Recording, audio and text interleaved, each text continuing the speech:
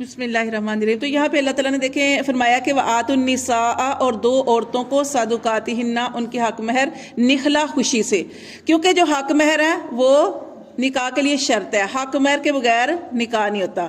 تو حق مہر کتنا ہونا چاہیے، ٹھیک ہے، یہ ساری چیزیں یہاں پہ یہ بتایا گیا کہ دو عورتوں کو ان کے حق مہر خوشی سے، کیونکہ حق مہر جو ہوتے ہیں نا وہ لوگ دل کی خوشی سے ادا نہیں کرتے، یا پھر اتنا زیادہ لکھوا لیتے ہیں کہ وہ دینے کی طاقت نہیں رکھتے۔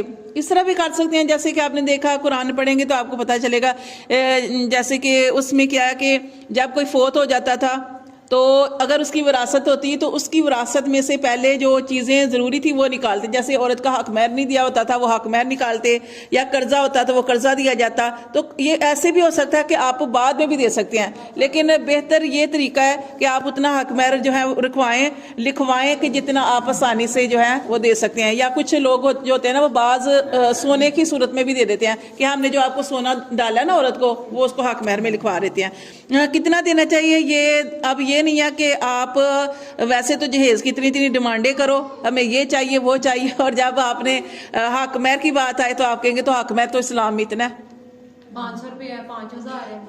تو حق مہر جو ہے نا کوئی اتنا فکس نہیں ہے کہ آپ نے اتنا دینا ہے۔ اگر کوئی بہت غریب ہے، جیسے ایک واقعہ میں نے آپ کو بتایا تھا کہ ایک عورت تھی، اس نے کہا کہ اللہ کے رسول صلی اللہ علیہ وسلم میں آپ سے نکاح کرنا چاہتی ہوں، میں آپ کو ہبہ کرنا چاہتی ہوں۔ تو آپ صلی اللہ علیہ وسلم نے فرمایا کہ مجھے عورتوں کی ضرورت نہیں ہے۔ آپ صلی اللہ علیہ وسلم نے فرمایا کہ میں تمہارا کسی اور سے نکاح کروا دیتا ہوں۔ پھر آپ صلی اللہ علیہ وسلم نے ایسے اعلان کیا، اور بلکہ ایک صحابی تھے، انہوں نے کہا کہ اللہ کے رسول میرا نکاح سے کروا دیں۔ تو آپ نے فرمایا کہ کیا تمہارے پاس کچھ حق مہر کے لیے کوئی چیز ہے؟ اس نے کہا کہ حق مہر کے لیے میرے پاس کچھ بھی نہیں۔ تو آپ نے کہا کسی سے لے آؤ، کچھ لے آؤ، گھر میں کچھ ہے وہ لے آؤ۔ اس نے کہا کچھ بھی نہیں ہے۔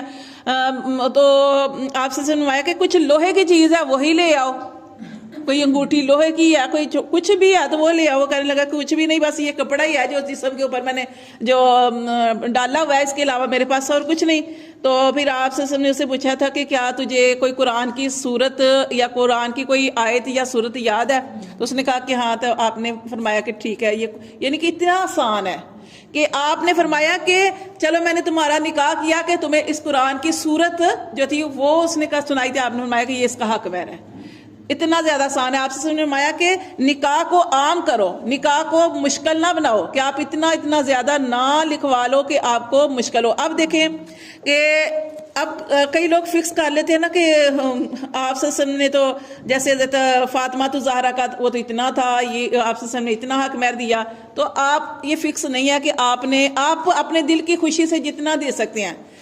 مال والے پر اس کی وسعت کے مطابق حق مہر ہے، آپ مالدار ہیں اور آپ حق مہر بہت تھوڑا دے رہے ہیں، یہ صحیح نہیں ہے۔ آپ کے اوپر اگر آپ کے پاس وسعت والے ہیں تو اپنی وسعت کے مطابق اپنی دل کی خوشی سے عورت کو حق مہر دیں۔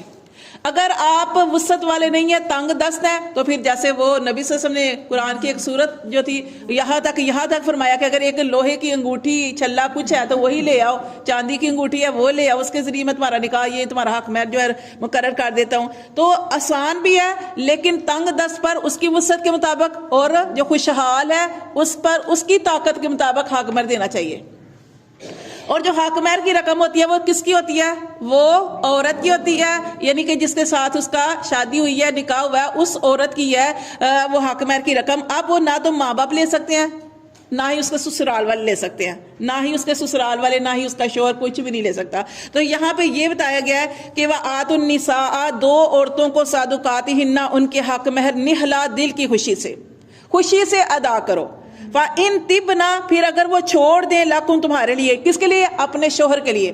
وہ ان کے پاس ان کے مال ان کو دے دو، عورتوں کو حق مہر دے دو۔